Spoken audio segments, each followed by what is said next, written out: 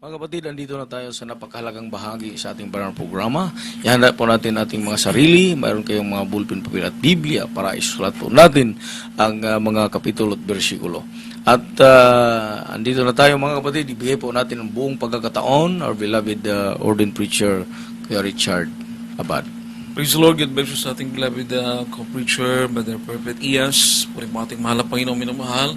At mabati po kami sa inyo ng magandang gabi sa pangalan nating pinakamamahal na Panginoong Kristo. At ang pinakamataas po na papuri, pagluwalhati ay tangis sa ating pinakamamahal na Panginoong Kristo po lamang, ating buhay at mapagpalang Diyos, mga minamahal. Praise the Lord. Gayon din po, pinapawad po natin ang dobling paggalang sa ating pong beloved noble evangelist, Wildy Estrada Almeda, the entire prophet of loving God.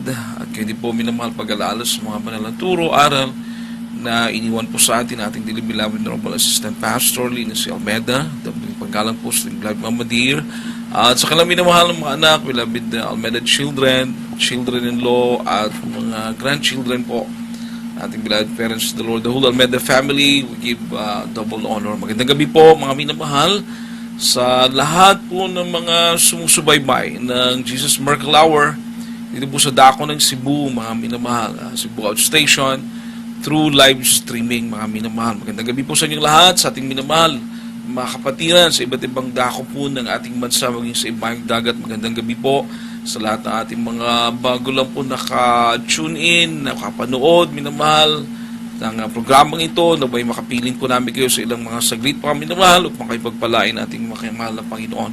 Bago po tayo magpatuloy, minamahal, samahan niyo po ako sa panalangin, at ang Diyos pong magpalangis sa kanyang banal na salita.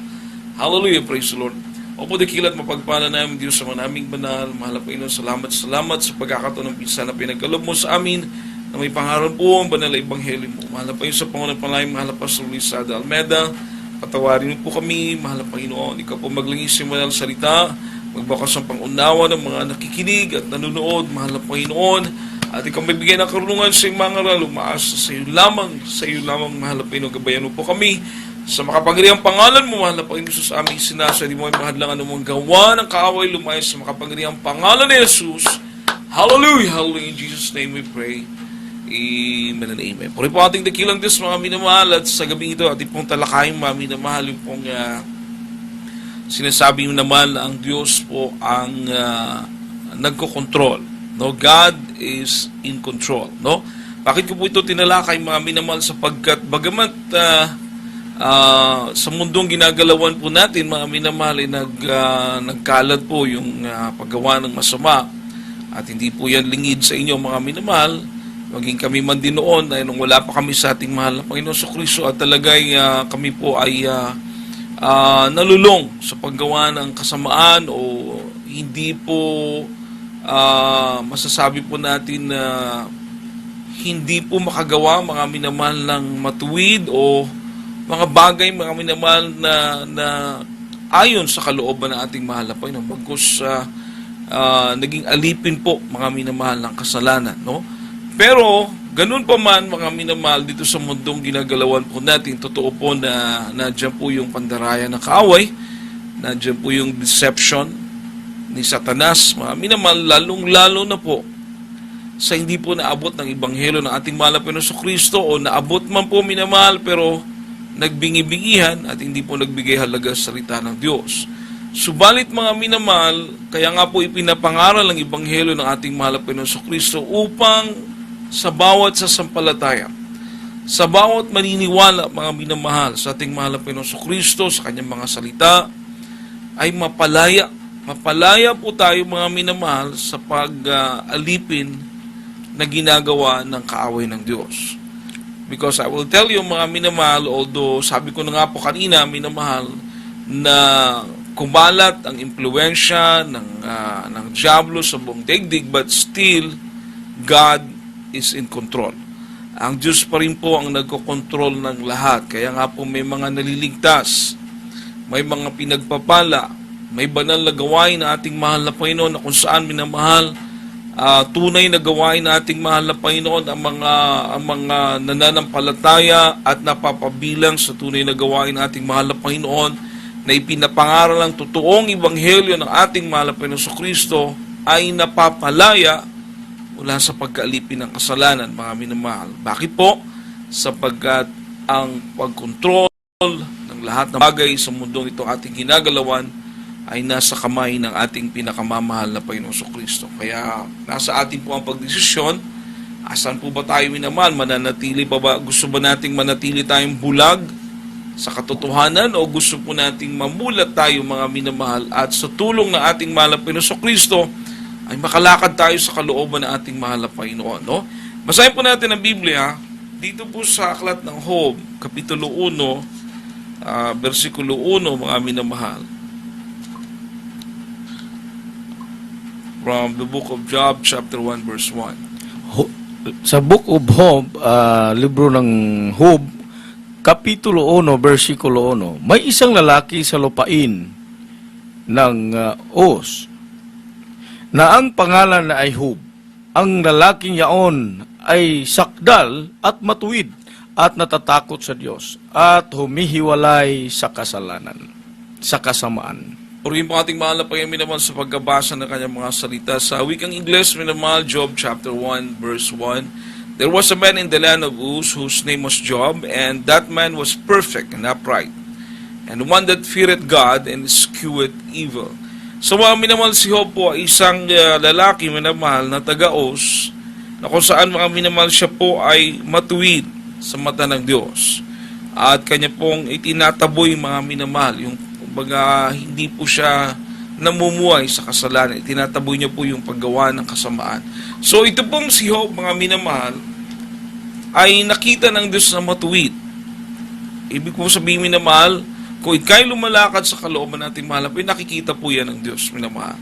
Kung namumuhay ka sa kasamaan, sa kasalanan, ay nakikita po ng ating mahal na Panginoon, mga minamahal. Mabasa po natin dito sa Biblia, sa versikulo 6, sa parehas din pong kapitulo, Job kapitulo 1, versikulo 6 hanggang 12. Dito mababasa po natin, mga minamahal, paano po iniingatan ng mahal na Panginoon yung mga matuwid, no? At hindi lang po iniingatan, kundi ito po'y kanyang pinagmamalaki. Proud po ang mahal na Panginoon sa mga naglilingkod sa kanya. Proud po ang mahal na Panginoon, minamahal, sa mga lumalakad sa kanyang katwiran, sa mga namumuhi sa kasamaan. Pinagmamalaki po yan ng ating mahal na Panginoon. At maging ang kaaway, si Satanas, mga minamahal, nakikita niya po na pinuproteksyonan ng Diyos. Binabalot ng proteksyon ng ating mahal na Panginoon ang kanyang mga lingkod. No? Kaya po hindi pala nagagalaw ng kaaway ng Diyos, mga minamahal, yung mga totoong Kristiyano. Yung nasa tamang paglilingkod sa mahal na Panginoon, hindi po nagagalaw ng dyablo. No? Amen. Mababasa po natin dito, mga minamahal, paano po na ang mga bagay na ito ay pinahayag ng Biblia upang tayo po ay magtiwala sa mahal na Panginoon, lumakad sa kanyang kalooban, dahil tayo po pala ay pinaiikutan ng proteksyon ng ating mahal na Panginoon. Basahin po natin, minamahal, verse 6 to 12 ng Job kapitulo 1. Praise the Lord. Job, Kapitulo 1, versikulo 6 hanggang 12. Isang araw nga ang mga anak ng Diyos ay nagsiparoon na nagsiharap sa Panginoon. Na si Satanas ay naparoon din naman na kasama nila. At sinabi ng Panginoon kay Satanas, Saan ka nanggaling? Nang magkagayoy, sumagot si Satanas sa Panginoon at nagsabi, Sa parito sa lupa at pagmamanhik manaog doon. At sinabi ng Panginoon kay Satanas, Iyo bang pinansin ang aking lingkod na si Job? Sapagkat walang gaya niya sa lupa, nasakdal at matuwid na lalaki na natatakot sa Diyos at humihiwalay sa kasamaan. Nang magkagayoy, sumagot si Satanas sa Panginoon at nagsabi, Natatakot ba nang walang kabuluhan si Job sa Diyos? Hindi mo ba kinulong siya at ang kanyang sangbahayan at ang lahat niyang tinatangkilik sa bawat dako?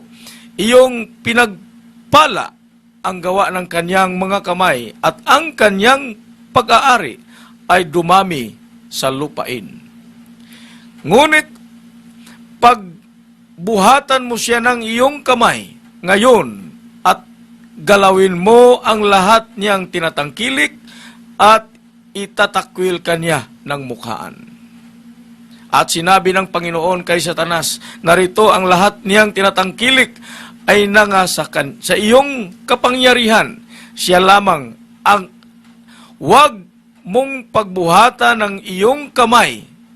Sa gayoy, lumabas si Satanas na mula sa harapan ng Panginoon. Amen. Amen. Mahal na Panginoon po mag-bless sa kanyang banal na salita, mga minamahal. So, sabi po rito, mga minamahal, no, sa Biblia, minamahal, sa verse 6, "Now there was a day when the sons of God came to present themselves before the Lord, and Satan came also among them."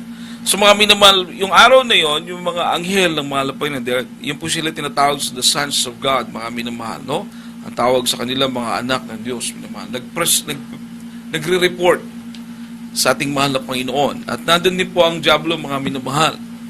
Noong makita ng ating mahal na Panginoon si Satanas, sabi niya, saan ka galing? Sabi ng Diablo, it came to and fro, up and down, minamahal, umaakyat, minamahal, panaog sa langit, sa lupa, minamahal. No? So ito palang si Satanas, minamahal, nagre-report din kasama ng mga anghel sa harapan ng Diyos. Mababasa po natin, mga minamahal, sabi ng mahal na Panginoon sa verse 8, no? Ating pong tingnan sa Job chapter 1, verse 8. Sabi po ng Biblia, "And the Lord said unto Satan, Hast thou considered my servant Job, that there is none like him in the earth, a perfect and an upright man, one that feareth God and escheweth evil?" Hindi mo ba nakikilala si Job? Sabi ng mahal na Panginoon kay Satanas, hindi mo ba siya pinapansin? No? Na siya'y taong matuwid at namumuhay sa kasalanan. Mga minamahal, sabi po ni Satanas, sumagot siya sa mahal na Panginoon.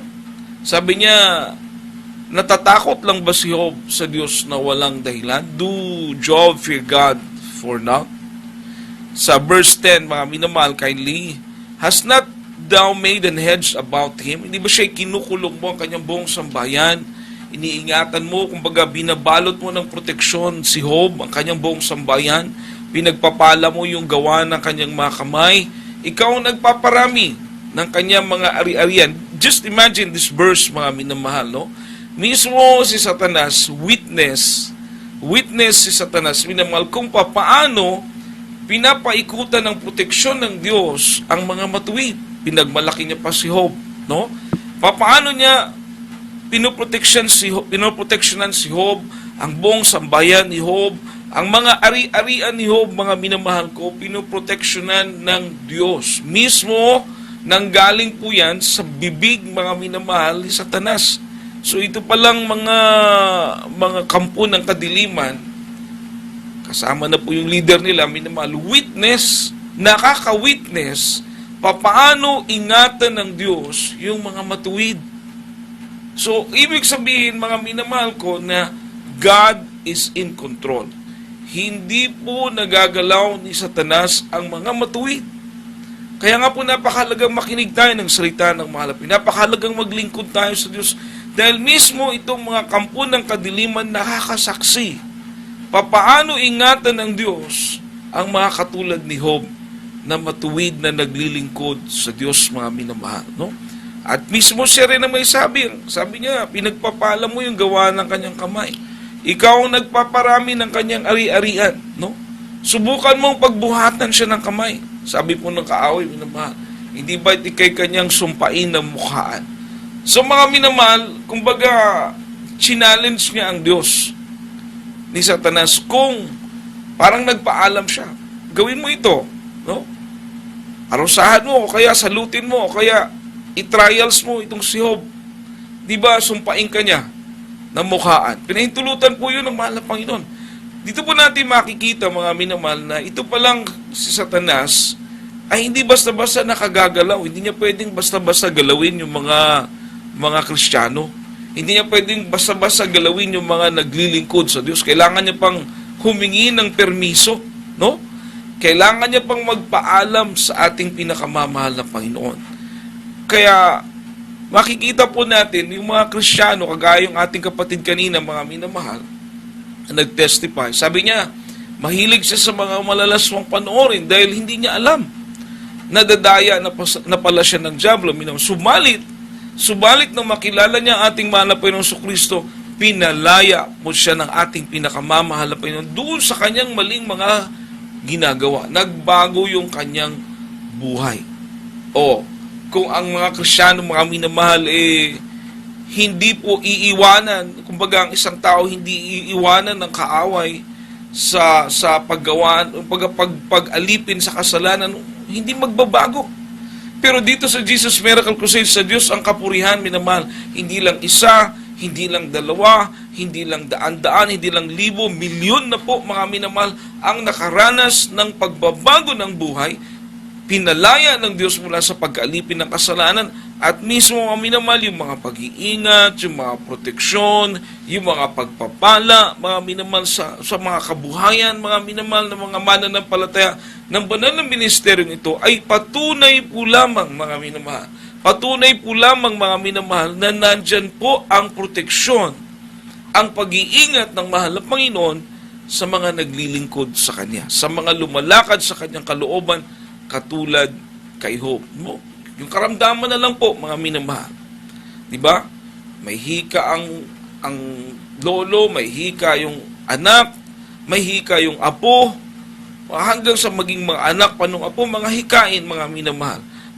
Halos sabay-sabay na nagkakasakit, ospital, wala pang maayos na kinikita, magbayad pa sa ospital, bibili pa ng gamot. Pero dito sa Jesus Miracle Crusade, mga minamahal, pinagagaling ng ating pinakamamahal sapagkat yung karamdaman ay bunga ng kasalanan.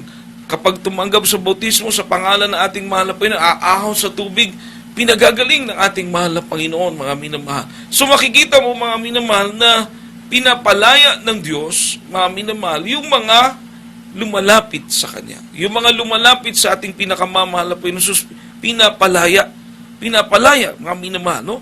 Dito sa Biblia, mabasa po natin, mga minamahal, sa Marcos Kapitulo 5, versikulo 2, mga minamahal, at ituloy po natin ang basa sa verse 6 and 7, mga minamahal ko. Ito naman po ay tumatalakay sa isang taong demon-possessed o puspos ng masamang espiritu, mga minamahal. Makikita po natin, mga minamahal, yung kanyang pagrespeto sa mahal na Panginoon at takot. Respeto at takot na baka siya'y pahirapan. Tingnan niyo po, mga minamahal, no? Dito po natin makikita na kung ikaw ngayon, mga minamahal, ay nasadlak sa bisyo, karamdaman, o magawa ng mga kasamaan, o kalayawan, o mga bagay, mga minamahal, na karumal-dumal sa paningin ng Diyos, mga minamahal ko, pandaraya, yan po ay pandaraya, mga minamahal, ng kaaway ng mahal na Panginoon. Inaalipin ang tao. Subalit kung lalapit ka sa Diyos, mga minamahal, palalayain ka ng ating pinakamamahal na Panginoon. Basahin po natin Marcos Kapitulo 5, versikulo 2, at ituloy po natin ang basa sa versikulo 6 at 7. Praise the Lord. Marcos Kapitulo 5, versikulo 2. Ito po ang pagkasabi. At paglunsad niya sa daong, pagdakay sinalubong siya na galing sa mga libingan ng isang lalaki na may isang karumaldumal na espiritu. At pagkatanaw niya sa malayo kay Jesus, ay tumakbo at siya'y kanyang sinamba. At nang sisigaw ng malakas na tinig na kanyang sinabi, "Ano ang pakialam ko sa iyo, Jesus? Ikaw na anak ng Diyos, nakataas-taasan. Kita'y pinamamanhikan alang-alang sa Diyos, na huwag mo akong pahirapan." Amen. Po, mga minamahal, ang Diyos pong maglangis sa kanyang banal na salita. So, itong masamang espiritu, mga minamahal, humihingi, mga minamahal, humihiling na huwag po siyang pahirapan. No? Ating basahin sa English para po sa ilan nating kapatiran ng mga foreigner po, at least mag-guide po sila sa mga verses po natin. Mark chapter 5 verse 2, and when he was come out of the ship, immediately there met him out of the tombs a man with the unclean spirit, sinalubong po siya, no? Ng demon possessed. Sabi po dito ng verse 6 and 7, but when he saw Jesus afar off, he ran and worshiped him. So itong demon possessed, no? Na kilala po, no? They know how there is Lord Jesus Christ, that he is the Son of God. In verse 7, and he cried with a loud voice and said, what have I to do with thee, Jesus, thou Son of the Most High God? I adjure thee by God that thou torment me not. No? Humiling, nag-request, nagmakaawa. Mga minamahal, yun ang pinakamagandang term. Nagmakaawa, minamahal yung masamang espiritu na huwag po siyang pahirapan. Amen. Tingnan niyo po yan, mga minamahal. Itong mga masamang espiritu na nagpapahirap sa tao, nagpapaalipin sa tao ng bisyo, nagiging drug addict ang tao, dinadaya ang tao, binubulag ang tao, na para gumawa siya ng gumawa ng masama upang kapag namatay ay may kaparusahan na naghihintay. Ito pala sila, mga minamahal, ay takot at nanginginig sa harapan ng ating pinakamamahal na Panginoong Kristo. Nagmamakaawa na huwag silang parusahan. Alam niyo po, ano nangyari sa mga masamang espiritong ito, minamahal, ituloy niyo lang po pagbasa. Ang pangalan niya, Pulutong, Legion, dahil marami. Sabi niya, huwag mo kami palayasin sa lupain na ito, nagre-request. Doon mo lang kami papuntahin sa mga baboy. So, Amen. pinayagan sila, no? The Lord allowed them to go enter to those swine. Alam niyo po yung swine na yon, 2,000. Napakarami. Talagang napasok nila lahat yun. No? They possessed the swine. There are almost 2,000 swine. At minamahal, those swine jumped at the cliff, mga minamahal. They drowned themselves on the sea. Yung mga baboy tumalon doon sa pangpang, mga minamahal, at nalunod doon sa dagat, mga minamahal. Just imagine how powerful God is. How powerful our dear Lord Jesus Christ. Na ibig sabihin, mga minamahal, hindi biro. Kaya kang palayain ng ating mahal na Panginoon sa anumang gapos ng kasalanan, anuman po yung umaalipin sa iyo, mga minamahal, na mga bisyo, kaya kang palayain ng ating pinakamamahal na Panginoong Kristo, mga minamahal. Kagaya ng ginawa ng demon possessed. Lumapit siya. Actually, siguro, yun dahil sa masamang espiritu, yung takot nila sa mahal na Panginoon. Mga minamahal, napalaya siya. Yung demon possessed, mga minamahal, naging tagasunod na po ng ating mahal na Panginoong Kristo. So, yung pala ang nangyayari sa tao kapag napapalaya mula sa pang-alipin ng masamang espiritu, pandarayan ng diablong minamahal, ang tao ay mamumulat ang kanyang isipan, maliliwanagan ng kanyang puso't isipan, magkakaroon ng pananampalataya at maglilingkod sa ating pinakamamahal na Panginoon. So ito palang naglilingkod sa mahal na Panginoong Hesus, ito palang naniniwala sa salita ng Diyos, ito palang napalaya sa mga bisyo ng mga Kristiyano, mga minamahal, ay pinalaya ng Diyos. Pinalaya. Ibig sabihin, sa ganang amin, hindi namin ito kaya, subalit dahil sa pagpapalaya na ginawa ng Diyos, mga minamahal, sa aming mga buhay, ito po kami ngayon, pinagpala ng ating pinakamamahal na Panginoong Kristo, mga minamahal. No? Dagdagan mo po natin, mga minamahal, sa 2 Korinto 3:17, mga minamahal, from the book of 2 Corinthians 3:17. Ikalawang Korinto, Kapitulo 3, versikulo 17. Ngayon ang Panginoon ay siyang Espiritu. At kung saan naroroon ang Espiritu ng Panginoon, doon ay may kalayaan. Amen. Amen. 2 Corinthians 3:17, now the Lord is that Spirit. It is the Lord Jesus Christ is that Spirit because He's God, minamahal. And where the Spirit of the Lord is, there is liberty. Ang Panginoon ang siyang Espiritu, at kung nasaan ang Espiritu ng ating mahal na Panginoon, mga minamahal ko, ay may kalayaan. Amen. Imagine, minamahal, kaharap ng demon possessed ang ating mahal na Panginoon, yung glory, yung power, yung kapangyarihan na nandun, mga minamahal, yung presensya ng pagka-Diyos nandun. Kaya nangingilabot ang masamang espiritu. Kaya kung ikay lalapit sa mahal na Panginoon, mangingilabot ang diablo, matatakot, mga minamahal, lalayas, palalayain ka. So, ibig sabihin, mga minamahal, kapag naranasan mo yan, kapag ma-experience mo yan, ikaw po ay nasa tunay na gawain ng ating pinakamamahal na Panginoon. Dahil dyan lang naman nangingilabot ang kaaway ng Diyos. Dyan lang nangingilabot ang diablo, minamahal, kapag nandyan ang presensya ng Diyos.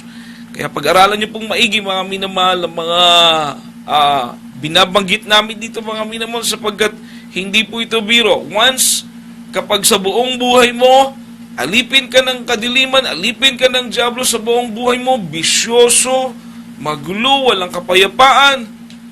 Sad to say, mga minamahal, sapagkat yun ang kanilang pandarayang gagawin sa tao upang maisama nila sa kapahamakan, na dapat sila lang ang itapon sa impyerno. Itong mga masamang espiritu lang po ang dapat itatapon doon. Pero nang dadaya sila ng mga tao para isasama nila doon. Pero kung ikaw, mga minamahal, na binubuksan ng Diyos ang iyong isipan, huwag kang magpadaya sa kaaway, mga minamahal, sapagkat kami po ay nagpapatotoo, gumaling ang aming karamdaman dito sa Jesus Miracle Crusade, nagbago ang aming mga buhay, minamahal, nakita namin ang Diyos tumutugon sa panalangin sa banal na gawain ito. Bakit po, mga minamahal? Sapagkat ang sabi ng Biblia, ang Panginoon, ang siyang Espiritu na mananahan sa atin, at kung nasaan ang Espiritu ng mahal na Panginoon, doon ay may kalayaan. Palalayain po tayo ng ating mahal na Panginoon. Hindi ka na maging alipin ni Satanas sa para kang aso na tinalian, gagawin kang drug addict, gagawin kang sugarol, gagawin kang babaero, gagawin kang chismoso, magnanakaw. Pag kinalagan ka ng mahal na Panginoon dahil siyang pananampalataya sa mahal na Panginoon sa Kristo, ikaw'y magiging laya. No? Malaya kang maglingkod sa Diyos, malaya kang magpuri sa mahal na Panginoon, malaya kang mangaral ng salita ng Diyos, malaya kang makagagawa sa kalooban ng mahal na Panginoon. Ang ating mahal na Panginoon, minamahal, ay walang bahid ng kasalanan. Basahin po natin 1 Peter chapter 2 verse 21 to 22. Kahit po unang Pedro, Kapitulo 2, 21 hanggang 22, mga minamahal. Amen. Praise the Lord. Dito po sa unang Pedro, Kapitulo 2, versikulo 22. 21 hanggang 22. Ito po ang pagkasabi. Sapagkat sa ganitong bagay, kayo'y tinawag sapagkat si Kristo man ay nagbata dahil sa inyo, na kayo'y iniwanan ng halimbawa upang kayo'y mangagsisunod sa mga hakbang niya. 22. Na siya'y hindi nagkasala o kinasumpungan man ng daya ang kanyang bibig. So Amen. mga minamahal, ating mahal na Panginoon, ang kanyang purpose, nag-set siya ng halimbawa, buhay matuwid, di po ba? Mahal na Panginoon, mga minamahal, gumawa ng mabuti, nangaral ng mabuti, mga bagay na ikabubuti ng tao. Yes, nandun yung pagsaway niya sa kasamaan, sa kasalanan, sapagkat ayaw niyang ang tao ay manatili sa kasalanan. Subalit sa mga lumalapit sa mahal na Panginoon, sila po ay pinagpapala at pinalalaya ng Amen. ating mahal na Panginoon. Kita niyo po, mga minamahal, dahil sa Kanya ay walang bahid ng kasalanan. Ating pong last verse, mga minamahal, 2 Corinthians chapter 6, 2 Korinto Kapitulo 6, 18 hanggang 20, mga minamahal. Ikalawang Korinto, Kapitulo 6, versikulo 18 hanggang 20. 20. Ito po ang pagkasabi. At ako sa inyo magiging ama, at sa akin kayo'y magiging mga anak na lalaki at babae. Sabi ng Panginoon, makapangyarihan sa lahat. 1 Corinthians po, mga minamahal. Sorry, 1 Corinthians chapter 6, verse 18 to 20. 1 Corinthians chapter 6 verse 18 to 20. to 20. Magsitakas kayo sa pakikiapid sa lahat ng kasalanan gawin ng mga tao at sa labas ng katawan. Ngunit ang gumagawa ng pakikiapid ay nagkakasala laban sa kanyang sariling katawan. O, hindi ba ganinyo nalalaman na ang inyong katawan ay templo ng Espiritu Santo na nasa inyo, na tinanggap ninyo sa Diyos at hindi kayo sa inyong sarili. Sapagkat kayo'y binili sa halaga ng luwalhatiin ang inyong ng ninyo ng inyong katawan ang Diyos. Amen. Amen. Ating Praise the mahal Lord. Panginoon, mga minamahal. So sabi ng Biblia na flee fornication. Tayo pong iwasan, layuan itong pakikiapid. Amen. Kayo po'y nagkakaroon ng mga intercourse sa hindi nyo asawa, hindi nyo kabiyak, mga minamahal, no? Kumbaga, hindi mo asawa, minamahal. Pinagbabawal po na ating mahal po sapagkat ang dinudumihan mo daw, nagkakasala ka sa iyong sarili, mga minamahal. Amen. At ang ating daw pong katawan ay templo ng banal na Espiritu ng ating mahal na Panginoon, mga minamahal. So, hindi daw po ito atin.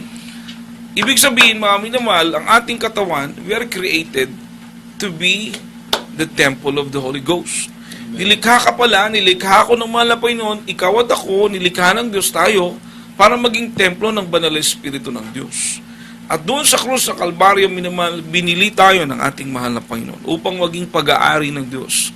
So that kapag tayo po ay pagharian na ng Espiritu ng mahal na Panginoon, sa katawan natin ito, sa buhay natin ito, luwalhatiin natin ang Diyos. That in this life, in this vessel, in this temple of the Holy Ghost, we may glorify God. Hindi po gagawa ng kasalanan, kundi sa katawan na ito, sa buhay na ito, luwalhatiin natin ang Diyos. Puri nating mahal na Panginoon, minamahal, tanging ating mahal na Panginoon, ating kailangan na mag-control sa ating mga buhay. We need Christ to be our personal Savior so that He will take control of our lives. For without our dearest Lord Jesus Christ, we can do nothing, mga minamahal. Kung rin natin mahal na Panginoon, meron pang 4 na reglamento na kaligtasan. Una, pananampalataya. Pangalawa, pagsisisi. Must believe that God exists.